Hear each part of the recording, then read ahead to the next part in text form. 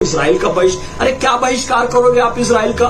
Facebook लेके बैठे हुए मार्क जुकरबर्ग यहूदी है, व्हाट्सएप मार्क जुकरबर्ग यहूदी है, इंस्टाग्राम मार्क जुकरबर्ग यहूदी है। ये बात लगातार उठ रही है कि कल को क्या पाकिस्तान हमला करेगा तो सिर्फ मुसलमान होने के बेस पर भारत का मुसलमान पाकिस्तान का समर्थन करने लग जाएगा। दुनिया में इसराइल को कोई नहीं हरा सकता, मुसलमान भी नहीं हरा सकते, क्योंकि मुसलमान फिरकों में बटी हुई। रब्बि इश्रह ली सदरी व यस्सिर ली अमरी वाहलुल उक़दतन मिन लिसानी यफ़क़हू क़ौली। बिरादरान इस्लाम, अस्सलाम वालेकुम रहमतुल्लाहि व बरकातहू। ये वीडियो मैं खास तौर से हिंदुस्तान के मुसलमान भाइयों के लिए बना रहा हूं, आप लोग ध्यान से सुने।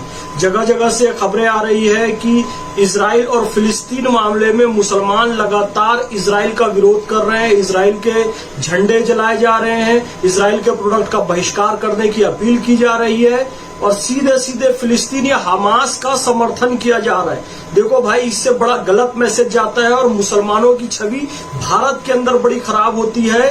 आपको यदि बोलना है तो पहले अपने देश के हिंदू भाइयों के हित में बोलो। आप शक के दायरे में तब आते हो जब आप कश्मीर पे नहीं बोलते, कैराना पे नहीं बोलते, केरल पे नहीं बोलते, चिकन नेक काटे जाने पर नहीं बोलते, भारत तेरे टुकड़े होंगे इंशाअल्लाह पर नहीं बोलते।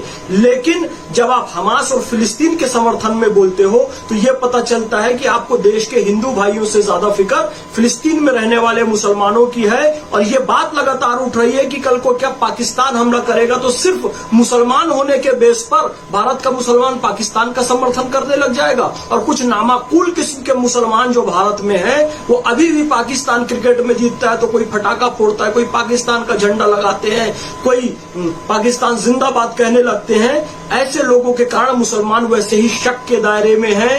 और अब ये हरकत आप कीजिए ना। आपको मुसलमानों से मोहब्बत है दुनिया के, आपको फिलिस्तीन के मुसलमानों से मोहब्बत है, उनके लिए दिल में दर्द है। ठीक है, मैं मान लिया मुसलमान होने के नाते आपके दिल में दर्द है। आप चाहते हैं कि हिंदू भी मुसलमान के खिलाफ जो हमला हो रहा है उसके खिलाफ आवाज उठाए, चाहते हैं ना? तो पहले आप हिंदुओं पर जो जुल्म होता है हिंदुस्तान में उसके खिलाफ आवाज क्यों नहीं उठाते? क्यों आप डॉक्टर नारंग के लिए आवाज उठाते, भरत यादव के लिए आवाज उठाते, अंकित गुप्ता के लिए आवाज उठाते, आप उनके लिए आवाज नहीं उठाते? और फिलिस्तीन के लिए, हमास के लिए जब आवाज उठाते तो शक के दायरे में आना लाजमी होता है। इसराइल का बहिष्कार करो, इसराइल का अरे क्या बहिष्कार करोगे आप इसराइल का? फेसबुक लेके बैठे हुए मार्क जुकरबर्ग यहूदी है, व्हाट्सएप मार्क जुकरबर्ग यहूदी है, इंस्टाग्राम मार्क जुकरबर्ग यहूदी है। आप जिन कम्युनिस्ट का सहारा लेकर भारत तेरे टुकड़े होंगे इंशाअल्लाह के नारे लगाते हैं, वो कार्ल मार्क्स जिनकी औलादे हैं कम्युनिस्ट, वो कार्ल मार्क्स यहूदी है। आप कैसे बहिष्कार कर सकते? ये पूरे बैंकिंग व्यवस्था, ब्याज व्यवस्था, इंटरेस्ट की व्यवस्था यहूदियों की बनाई हुई है। आप बायकॉट कीजिए, मार्क्सवादी व्यवस्था का आप बायकॉट कीजिए, कम्युनिस्टों का बायकॉट कीजिए, यहूदियों द्वारा बनाई गई ये बैंकिंग व्यवस्था का बायकॉट कीजिए, बैंक से सारे अपने अकाउंट खत्म कर लीजिए, आप इंटरेस्ट नहीं लीजिए ना दीजिए। इस्लाम में तो मना है ना, फिर क्यों बैंक में अकाउंट खोल के रखे? ये यहूदियों के द्वारा बनाई गई है।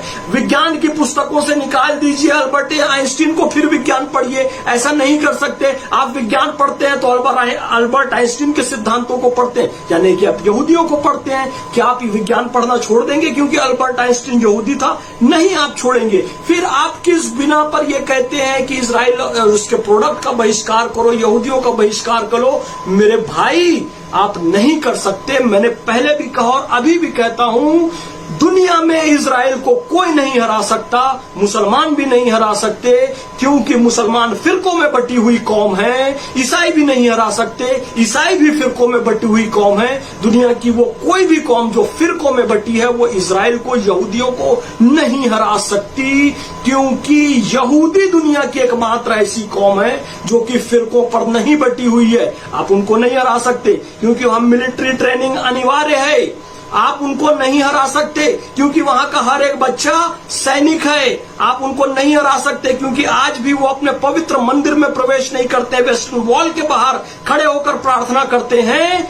और वहां पर प्रवेश इसलिए नहीं करते कि उनको लगता है ये पवित्र जगह पर हमारा पैर नहीं पड़ना चाहिए। आप उनको नहीं हरा सकते क्योंकि दुनिया में कहीं भी यहूदी बच्चा पैदा होता है तो वो जन्म से ही इसराइल का नागरिक बन जाता है। उसको कोई कागजी कार्रवाई की जरूरत नहीं पड़ती है। उनको अपने रक्त पर, उनको अपने वंश पर इतना मान है, इतना ज्ञान है, इतना अभिमान है, इतना गर्व है कि वो दुनिया के में कहीं भी इजरायली यहूदी बच्चा पैदा हो, वो इजराइल का नागरिक बिना किसी कागजी कार्रवाई के बन जाता है। वो जनसंख्या बढ़ाने पर यकीन नहीं करते, आप उनको नहीं हरा सकते। वो क्वालिटी बढ़ाने पर यकीन करते हैं। वो हालेलुया या कलमा पढ़ाकर अपने धर्म में किसी को लाते नहीं, ना अपने धर्म के किसी लड़के लड़की को बाहर देते। वो जितने 80-85 लाख उसमें सुखी हैं, समृद्ध हैं, और विज्ञान की इतनी तरक्की उन लोगों ने की, इतनी तरक्की उन लोगों ने की कि चारों तरफ से मुस्लिम देश घेरे हुए हैं, फिर भी उस इजराइल को हरा नहीं पाते ही।